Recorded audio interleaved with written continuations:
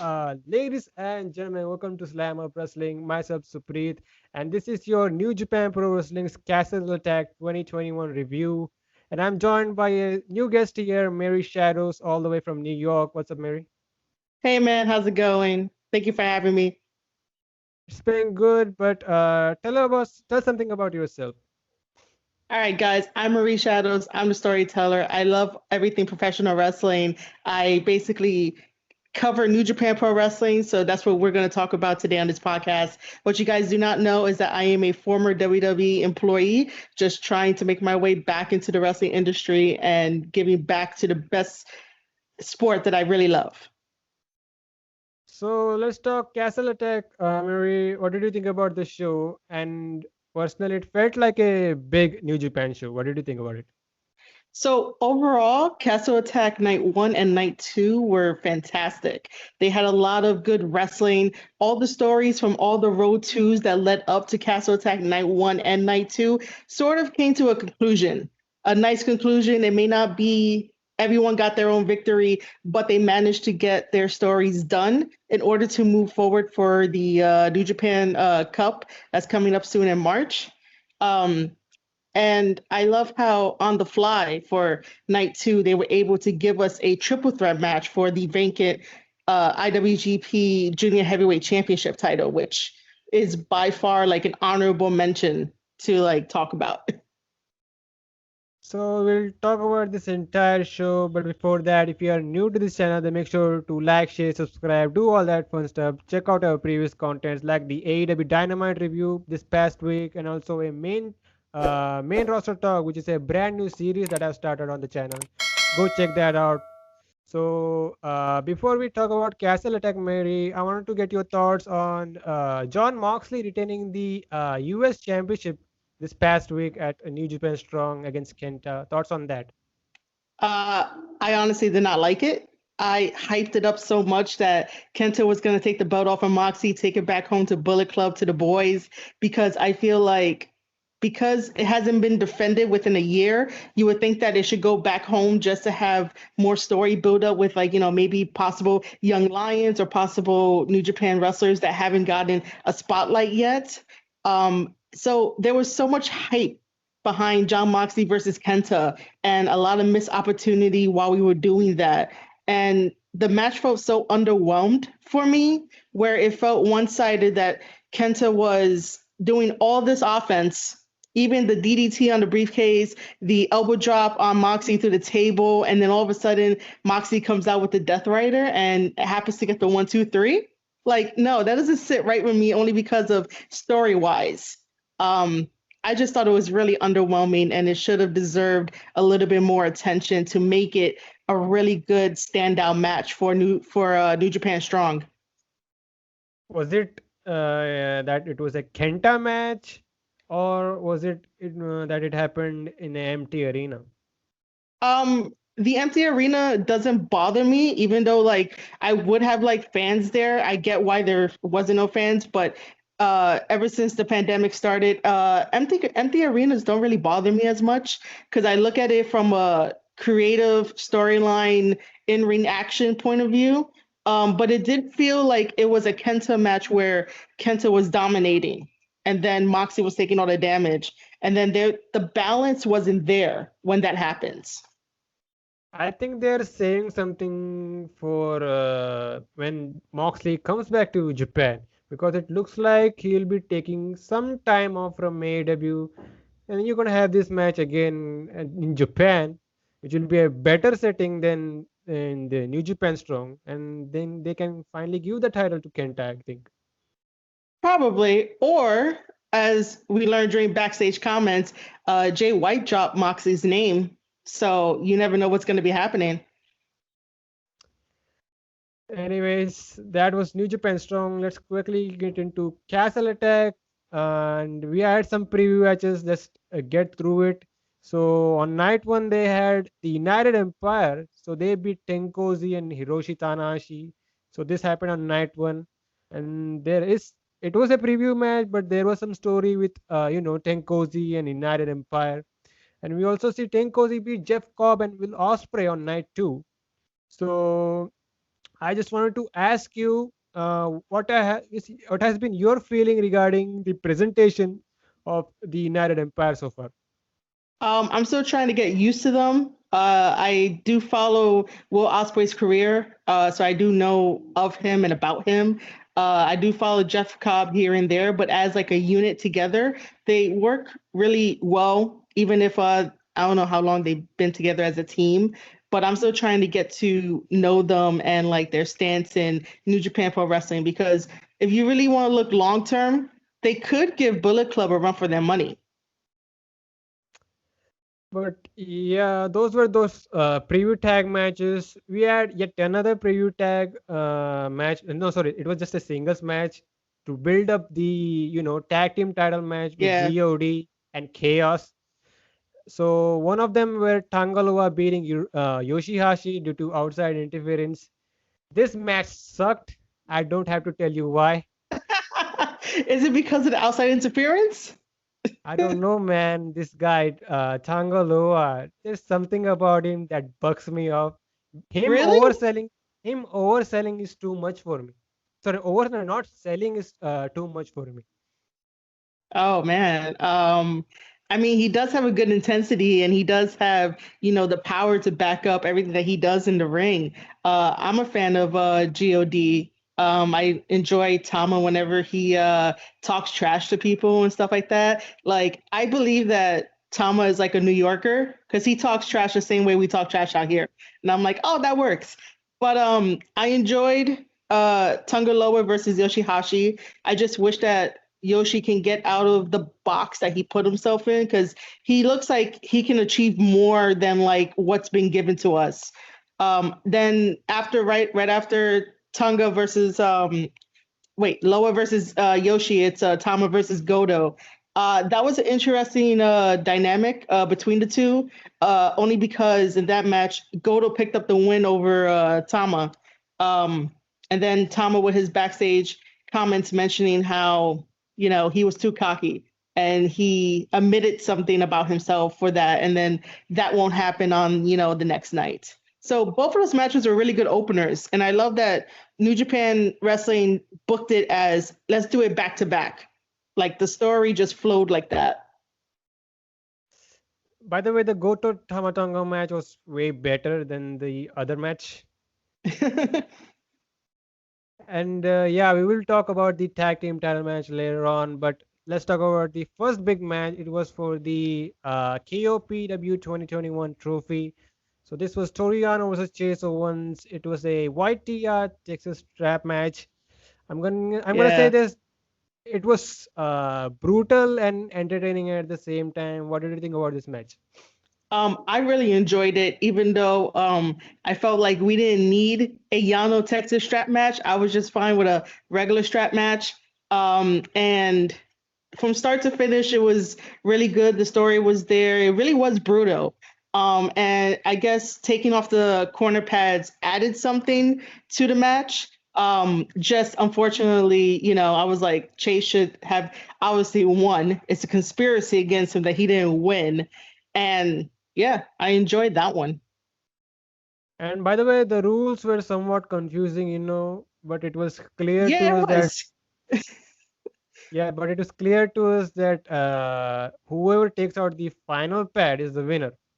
Yeah. So That's why I was saying that, like, Yano, no one has time for your rules, man. Like, just do a regular strap match. You'll be fine. You'll still hurt in the morning and, leave it as that. But no, Yano wants to be special.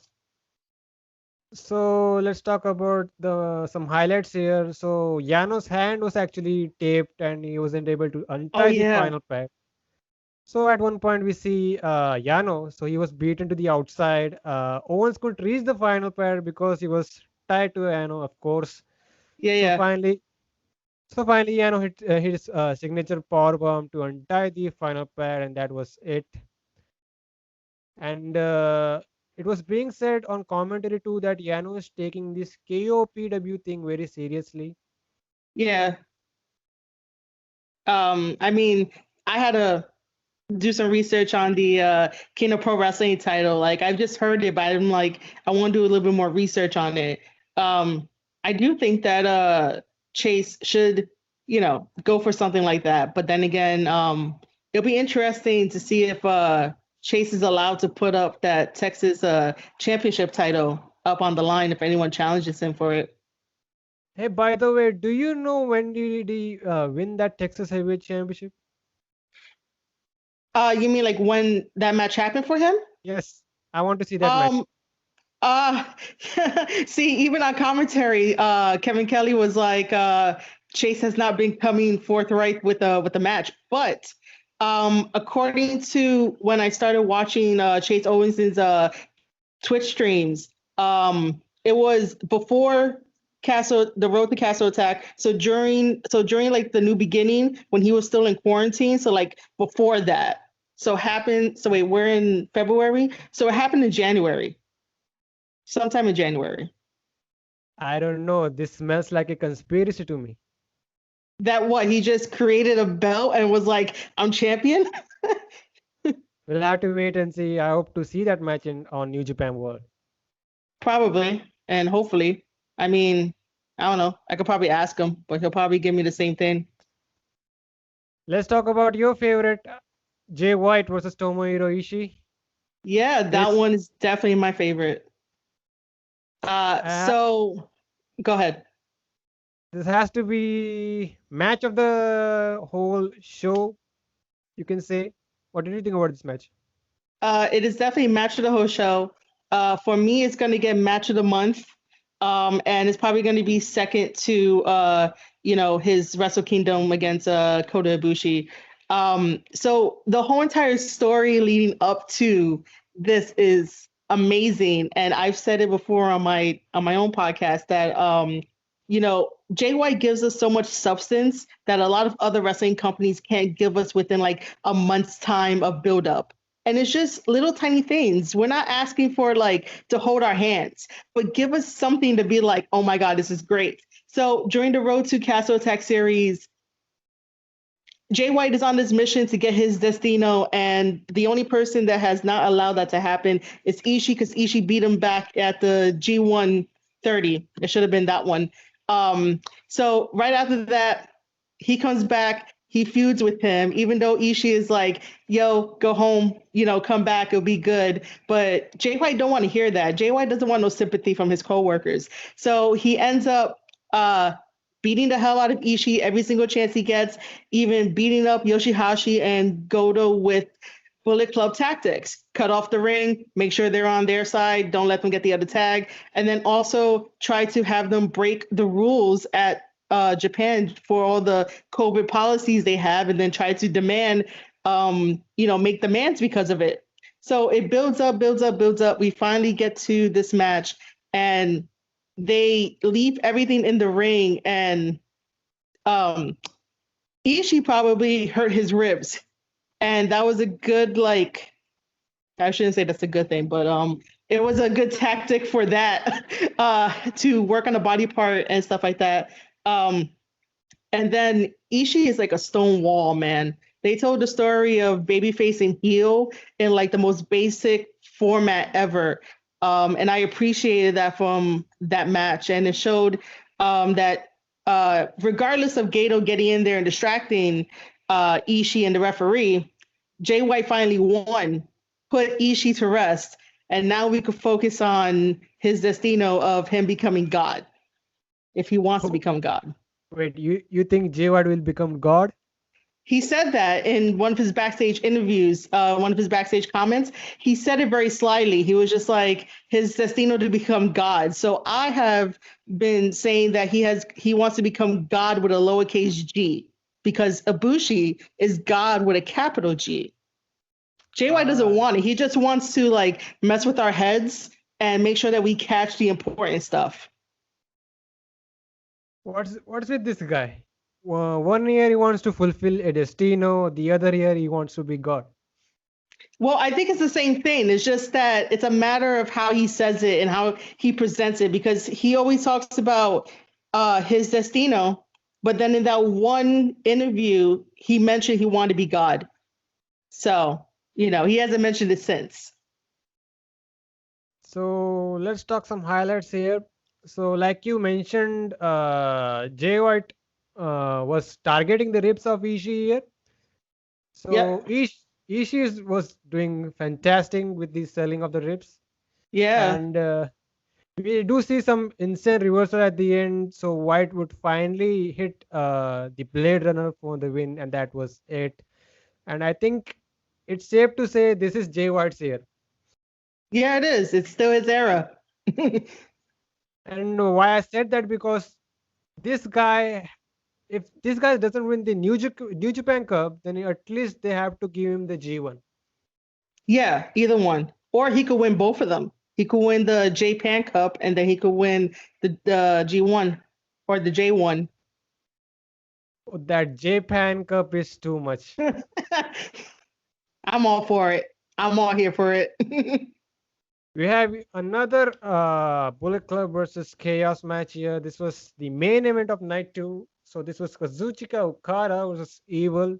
So can you tell us the backstory of this match? To the best of my ability, probably. So Okada has always been the face of New Japan Pro Wrestling. We know this. We watched all of his matches with Kenny Omega. All of them are 5-star matches. He had fantastic matches with Naito and also with Tanahashi. He's one of the best in the company. However, it does seem like Okada has fallen off the track of being one of the best in the company. And then here comes Evil with this chip on his shoulder and, just having these matches with Okada during the Road to Castle attack and beating him here and there just because he has help from Bullet Club, and showing Okada that you're no longer the face, that Evil is now the face and it's going to be his company. And I think that angered Okada because it's like, dude, what happened? We need to get that Okada, from the past back. Evo actually brought it out of him during this main event, which was really good. I finally was like, yes, that's the Okada of old. And then Evo comes in with his strengths and weaknesses, and then obviously Dick Togo getting in there and distraction. But at the end, Okada regained his confidence that like he probably was losing throughout, that whole entire tour. So, yeah, like you mentioned, what did you think about the match here? It felt like a good match because obviously it was Okada being a big match Okada. Yeah, it actually felt really good. It felt like an Okada match coming in. Like he had to prove something. Evo doesn't have to prove anything when he was in that match because he already had it in his mind that he's the ace. He's going to be the face of the company. So what's the point? Okada comes in and he basically becomes Okada and takes on Evo. And it was a really good main event to like end night one of Castle Attack. So we see some interferences from Dick Togo, but Hmm. Okada would get his hands on Togo every chance he got. So Okada was not able to take down Evil with the Money Clip, bless his soul. So Okada had no choice but to hit the Rainmaker, which he did for the win, and that was it. Yeah. So, like I said in the Jay White situation, if Jay White, imagine if Jay White doesn't win the New Japan Cup, then Okada is your automatic second favorite. Yeah, I can see that. I mean, I respect Okada and everything, but I'm not gonna like full force like cheer for him. I'm gonna watch what he does when it comes to the New Japan Cup and then also the G1. But yeah, Okada would be like everyone's second pick if it's not like Tanahashi. I think Tanahashi has taken a backseat, even though he's never openweight champion. Yeah, I don't know how much longer he's gonna be doing this for. So speaking about Tanahashi, we'll get to him for the night two match. But we had a small eight-man tag on night two as well, Chaos versus Bullet Club, and I think this was the entire story on this road to Castle Attack. Tell us about it. You're talking about the second match on night two, right? Yeah, The yeah. Chaos versus the Cup. So New Japan Pro Wrestling just books another Bullet Club versus Chaos. All these members had faced each other in singles matches the night before, so they're all banged up. And I think this was like the final nail in the coffin extra to be like, all right, the semi stories of these guys are like sort of done, so we can move on to the Japan Cup. Because it's evident when like Jay White is starting off with Ishii, he's like, I already beat you. I don't have to do this. He tags out to Chase Owens. Chase Owens goes in there and fights Ishii. And yeah, it was just one of those quick, fun matches just to watch these guys. I do not understand why Chase Owens tapped out to the money clip of like, how they decided, oh, he was gonna like take the pin. Like I was thinking that, it probably would have boosted a little bit more if Okada had Evil tap out to the money clip, only because the Road 2 series didn't really see Evil tap out to the money clip because Evil was getting the advantage on Okada in the victories. And then for night one, you see him do the Rainmaker. So I thought it would have been maybe a little bit better for Okada to tap out Evil in that match to solidify, all right, Okada's back. Chase and Yano are still going to be going at it. They're still going to go to war, so that doesn't get tarnished. And then obviously Jay White made up his mind. He's like, Ishii, I don't need you. You're done. You're to the side. I'm moving on. So see, that would have made sense. I think the obviously why he tapped out to the money clip is because he is the lower guy in Bullet Club, Chase Owens. Yeah. I mean, I follow him on his stream, so I don't think that he wants to hear that. So And if I he ever hope so, sees this, and I hope you don't tell him that. no, because I want to get into the Bullet Club. I don't want to be kicked out. So, Guerrillas of Destiny versus Yoshihashi and Hiroki Goto. This was for the IWGP Heavyweight Tag Team titles. So, this match came about when Yoshihashi and his team defended the Never Six-Man title against Bullet Club. Yep. So, Yoshihashi was the one who challenged God for the titles. Yep. And talking about the match, logical decision here to have God retain. And about the match quality, I like this match better than the one God used to have with Dangerous Taker. Oh, what did you think about this match? Oh, wow. Okay. So the one with Dangerous Techers was just story driven, and that was all over Iron Fingers. It was just all over that. Like I realized that after I really looked at it, I was like, the whole story is about that. Like there's nothing else. But either way, that match was still good for like physicality and like in-ring ability. For this one in Castle Attack, this one was good too. I never thought that Yoshihashi and Goto would get the victory over them to get the belts. Like that would have been like a huge upset, and I would have been upset. It was good overall. I just wanted to probably see a little bit more variety when it came to the wrestling ability and these guys, because Loa does have a thing about wanting to get the fighting spirit out of Yoshihashi, but I don't know what different this guy can do to be like, yeah, I could break out and stuff. Jado did interfere at the very end, and Tama managed to right the wrong from last night to get the pin over Goto, which made complete sense. I'm still happy that God is our IWGP Tag Team Champions. And then, during backstage comments, Tama and Loa were like, anyone could get it. Anyone could come in. And you notice when they walked out, they basically said, top guys out. Yo, I really want to see God versus FTR. And FTR is one of my favorite tag teams. Like, I would definitely sponsor that match if they let me to. Like, I want to see that. Or how about God versus the Good Sisters? Nah, it's okay.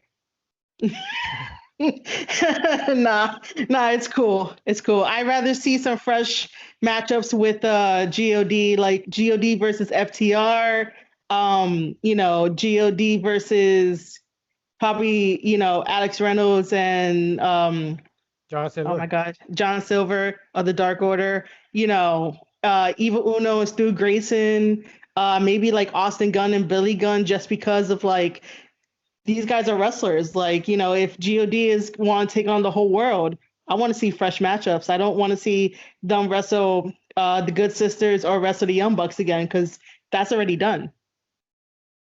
So let's talk about some highlights of this match. We had Yoshihashi getting knocked out by a power bomb, so they made a whole deal out of it. Yeah, they did.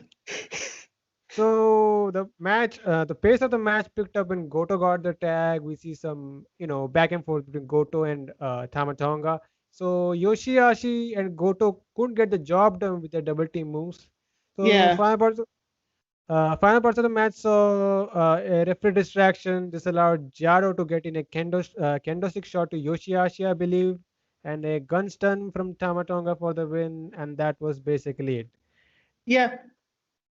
And yeah, this is very simple to book if they want to challenge other tag teams from other promotions. They show up on AEW Dynamite next month, and you got a lot of matches. Yeah, pretty much. That's how it seems to be working. But I'd rather some of the AEW guys head over to Japan to expand their network, and not always like have Japan guys come over to the States. I rather There's a lot of talent within AEW that can use the experience over in Japan and get that experience. So let's get to the next match. This was Hiroshi Tanahashi versus the Great Okan. Never Openweight Championship on the line.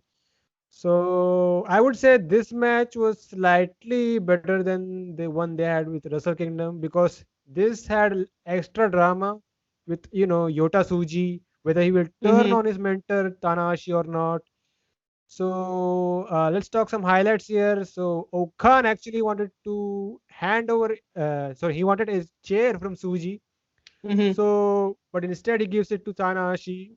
So in the end, we see some back and forth between Okan and Tanahashi, but Tana would eventually get the win with a crucifix, and that was it. So what did you think about this whole situation here? Uh, Honestly, the match wasn't really my favorite. It was just there, but then again, I don't know too much about Great Okan as it is. Um, and then Tanahashi having the never open weight championship title, and I'm like, okay, cool. It's Tanahashi. I respect you, dude. You paid your dues and everything. You're still one of the greats.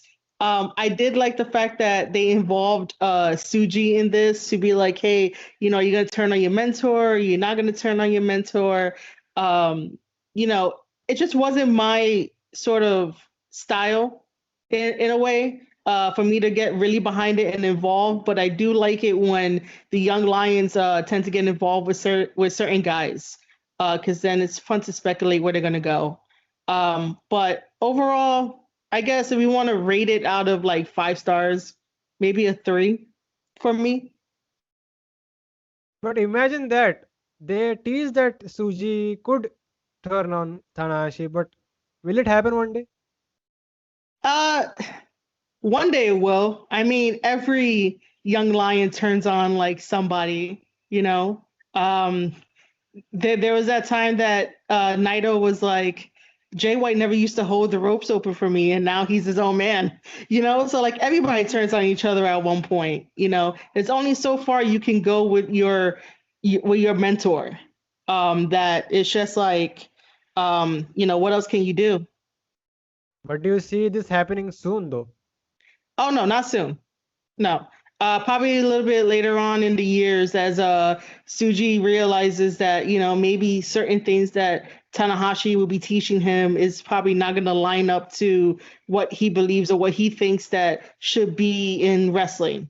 Because, if we really want to go back, I remember when Kenny was facing Tanahashi, and Kenny will always talk about that him and Tanahashi will bump heads only because of ideals when it came to what is professional wrestling. So, maybe that can happen down the line in the future between Tsuji and Tanahashi.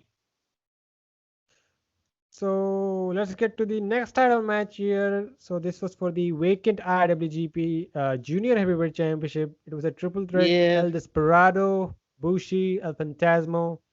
So what happened to the former champion Hiromu Takahashi? Can you explain? Oh man. So, okay. There were two shows on the road to Castle Attack that New Japan Pro Wrestling did not televise. So the first show was in Iwate, Japan, and the second show was in Yamagata, Japan. Yamagata, Japan. So those shows were not televised, and I believe it happened on the Yamagata show because obviously Japan is, a day ahead of like the States. So something happened in his match where he tore his left chest muscle. So unfortunately, when he went to the doctors, that's what they told him. He has to get surgery. So now he's out for 6 to 12 months. He came back to the next Road to Castle Attack that was televised, and he had to give up the championship title because he wants the other juniors in the junior division to fight for it, and it'll be kind of wrong for him to keep it and stay out for the 6 to 12 months.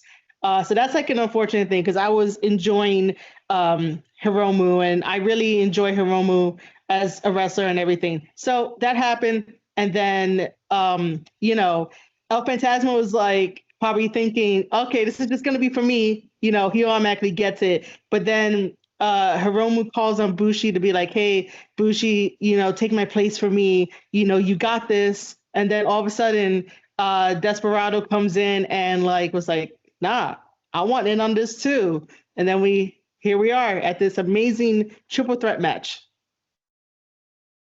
Like I said, this match was good, but I still think that Bushi was, he was just there to hang around. I would have to rewatch it to see if I can see that. I was just amazed by all three men and their ability. There probably was some parts that Bushi probably felt he was just there, but overall, like the three of them put on a really good match. And what I really want to point out is that El Phantasmo did the Styles Clash. And then he also did the setup, almost the setup to the V trigger, and you could hear the fans. The fans the fans were with it, and I was here like, whoa, what is he doing? Is he calling out AJ Styles and is he calling out Kenny Omega? Like, what is this? That has been the trend of El Phantasmo matches since last year. Oh, okay. Because that's the first time that I'm seeing it, but you know, regardless, I'm just like, well, man, you want to call out Kenny? Let's see how this happens. Imagine if we get a El Phantasmo versus Kenny Omega. Let's That'd talk. be fun. Let's talk about the outcome here. I was shocked here. I was shocked because I expected, after this Hiromu injury, that they will give Desperado the title one day. Maybe after he gets the, best of the Super Juniors and then the championship. But I was actually shocked that it happened this soon. Well, I mean, I was sort of shocked that they didn't give it to El Phantasmo since, I on like if Hiromu didn't get injured, I think that maybe El Phantasmo would have had Hiromu's number, picked up the 1, 2, 3, and become the champion and bring it back to Bullet Club. So if original plans were to happen, I thought they would have gave it to him, but they gave it to Desperado, and I was like, oh, that's really interesting. Where are we going with this? Because Desperado and Shinobu are the new IWGP Junior Heavyweight Tag Team Champions, and I was surprised that they took it off of El Phantasmo and Ishimori, and I was like, wait, this doesn't make any sense. What's happening here? But again, I'm along for the ride because the story is so interesting. When you have those quick jabs of let's change up the story and let's put the belt on somebody else just to see what happens, those are really good stories sometimes depending on who's doing it. But with Japan doing it, it felt like All right, you got my attention. Let's see where this goes. And other thing I wanted to mention is that I think the reason they didn't give Phantasmo the belt, Phantasmo would have been a decent champion for the few months. But Hmm. the reason I think they didn't give Phantasmo the belt is because Phantasmo is one of those guys that does New Japan Strong, right? Yeah, I mean, he hops from New Japan Strong to like the regular main show because he just fought, well, Lilo Rush at New Japan Strong. So so maybe they consider him still a young lion, and he hasn't busted out yet. Maybe that's what it is. I think the main reason is him going jumping from America to Japan. So there's some problems over there, and I think New Japan's mentality was they want the junior championship on their big shows in Japan. Ah, okay, okay, I can see that.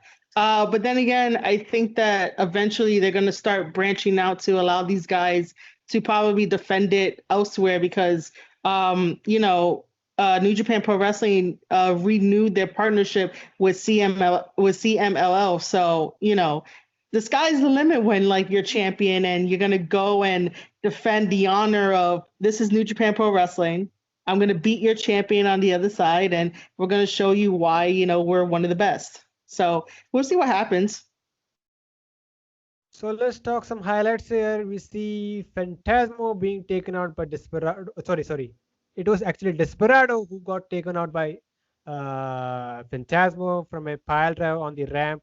Hmm. So Phantasmo even took out Desperado's mask.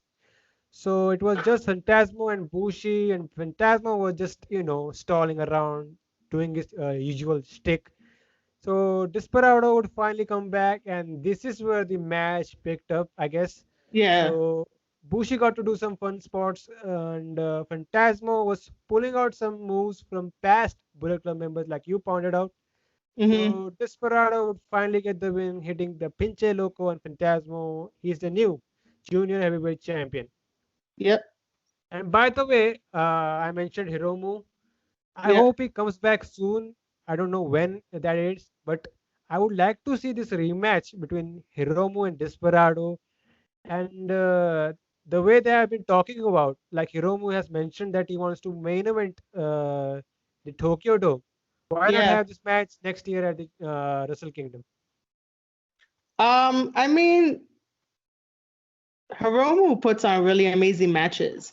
And me watching like Desperado by himself without his tag team partner for like, the first time, this guy can go. And what I really like about Desperado too is that from his backstage comments, he's very humble and he accepts his past, like, when he sucked. And then now he's a totally different person. So he accepts the past and then he moves on and he's like, well, I'm better now. And this is why he holds, two championships.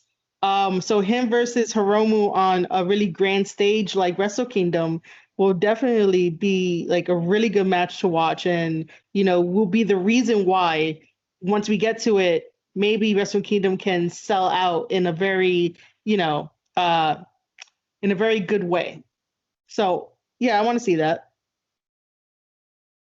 So from the junior heavyweight, let's talk about the heavyweights. It was a main event of the night two Castle Attack show. Kota Ibushi versus Tetsuya Naito for the IWGP Intercontinental Championship.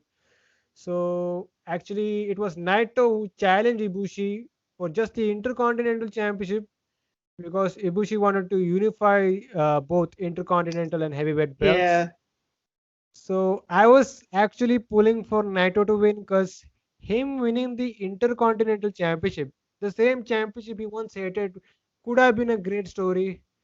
But nonetheless, other than that, the match was great. What did you think about this?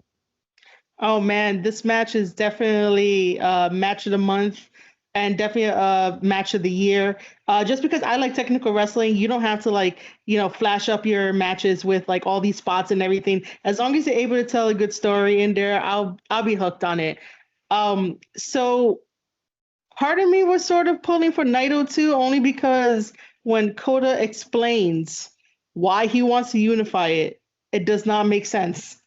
I'm like, you want to bring them together without damaging the legacy, but like, how does that work when they're two different paths? Two different people created, the Intercontinental Championship and decided to be like, hey, this is the legacy for that, and people challenge. And then you have the heavyweight title, and that's a whole nother path. And then you want to bring it together. And, one legacy might get forgotten because, it's like, how do we have this conversation with other people when we talk about who's the greatest IWGP Intercontinental Championship title and then who's the greatest heavyweight title? And then you have to think about it too that New Japan Pro Wrestling are getting a lot of young lions in. And, eventually the greats like Tanahashi, Okada, and the rest of them will have to eventually retire. And then, the new wave is going to come in, and what exactly are they going to fight for? What stories are they going to try to create if we decide to unify the titles? That's why I'm not so keen on the news breaking today, well, today, about that the chairman of New Japan Pro Wrestling granted Kota Ibushi's wish to unify the titles. And I was like, I don't like that. You ruin stories that could have happened. But Naito couldn't get it done, even though Naito was working on Kota Ibushi's knee the whole entire time and using that as a story of like, he was gonna put Kota away, but Kota has like muscle on top of muscle, so I don't think nothing hurts this guy because he has like muscle on top of muscle. Somehow, towards the end, with the Kamigure, Ibushi comes out on top, and then Naito again doesn't get the championship. And then at the end, we have Desperado coming out and challenging Ibushi. And now it's going to be Ibushi. Well, one day it's going to be Ibushi versus Desperado for that unified championship title rather than the Intercontinental, because I think he won the Intercontinental. But overall, that main event really, put together night 2 of Castle Attack because of the great wrestling and then the story behind it. Um, I wanted to say something about the Intercontinental Championship. Obviously, you have said your points that you're against the idea of the unification. Yeah. But I also share that same feeling and talk about the Intercontinental Champion. The only reason it's important is because we all know that not everyone can be heavyweight champion, right? Yeah. So this championship can take its place, and it can, you can put these titles on guys like, your Ishii, Suzuki, Taichi, or Goto, guys who will Yeah, never right? become heavyweight champion. Yeah, I totally agree with that too. And then to add on to that, like, we don't know where the IWGP United States Championship title will end up anyway and how far that will go. So by the time that, it comes back to Japan, those guys that you mentioned may not have the chance to fight for that. Or, certain guys may not have the chance to fight for, the 6-man never open weight championships or the other never openweight championship that Tanahashi has. So like, that belt gave people an extra story boost. It wasn't about like, oh, they have too many titles. I like the fact that they have a lot of titles. So that way, guys can challenge for these titles and not feel like it's the same title and over. Like, for example, I know this is a New Japan Pro Wrestling podcast episode, but didn't we get tired of seeing the WWE like championship change between Cena and Edge back then, where it was just flop, flop, flop, flop, and it's like, what are you guys doing? So, I don't want to see that with New Japan Pro Wrestling with like, them trying to limit their titles just because. New Japan, you guys have a lot of guys, even the young lions, let them go fight for it. And by the way, you mentioned that Desperado will be challenging for both belts now. Before, Well, now it's one. Now it's going to be one. but I hope so. They delay this unification process because I would like to see Okada challenge for the Intercontinental Championship somehow. Okada said in his statements that he wants to get back into the heavyweight title rather than the Intercontinental. But it broke on Tokyo Sports that the unification is done. Oh my god. So we'll see what happens. Because 1 a.m. My time here in the East Coast, that's when they're going to be playing the press conference. So maybe they'll give us more information on the press conference about what they did. But I just don't. I don't think that was a good idea. To unify it. I can understand if Kota didn't want to carry around the belts because everyone is like, yo, these belts are like heavy, heavy. Then like, you should have been like, all right, Naito, let me give you the belt. You carry around a 20-pound thing of gold. So that way I don't have to carry around like 40 pounds, I would have been happy with that. And by the way, they also kind of mentioned on commentaries that there's obviously unification, so we'll be seeing one universal belt, and maybe I think it was Chris Charlton who said it, rename it the IWGP World Heavyweight Champion for some reason. Yeah, I saw that too. I mean, I get why they would put world in it now because Coda wants to take it all over the world. Um, excuse me. But then again, you could have just taken the IWGP Heavyweight Championship all over the world because that is known throughout the land of professional wrestling. It's not even like, it's a top tier belt. Like if we want to talk about belts, like that's number one. And that's like not on debate. It's like really one of the best ones. So it's like you could have just took that one and gave the Intercontinental to somebody else, you know? But sadly, I think the Intercontinental Championship era is over. Yeah. Even though Ibushi says that he's not gonna, tarnish the legacy by combining both of them, but in the end, it sort of is, sort of is. And by the way, there's yet another I wanted to mention about the Intercontinental Championship. So they were mentioning on commentaries that Naito wants to win this championship is because he wants to erase Shinsuke Nakamura's legacy of being the greatest Intercontinental Champion. And I was fantasy booking in my mind, Uh-huh. is there a way that we could get Nakamura over here and we could have a match between him and Naito? Oh man, I would love that. I would love to watch that.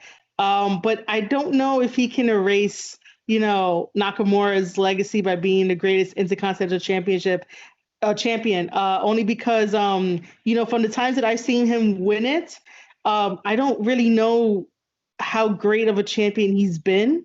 I just know that he has this specific attachment to it. He'd rather be intercontinental rather than heavyweight for some reason.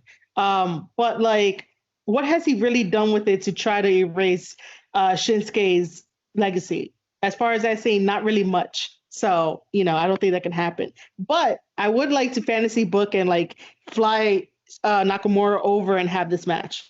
That'd be great. It would be a great Wrestle Kingdom match. Sadly, that won't happen now. I know it won't. So you mentioned we're gonna having Desperado and Ibushi. So this match will be happening at the anniversary show, I think, in just few days. Yeah, it's gonna happen at the anniversary show. The anniversary show is on March 4th, and you guys can definitely see it on New Japan World. Um, so yeah, I think it's full circle for Desperado and Ibushi's career to have this happen. I'm excited to see it because I know both guys will definitely have a really great match. And I kind of find it funny that Kota Ibushi was like, "Yeah, I remember it was like 8 years ago, and you sucked then, you probably like suck now."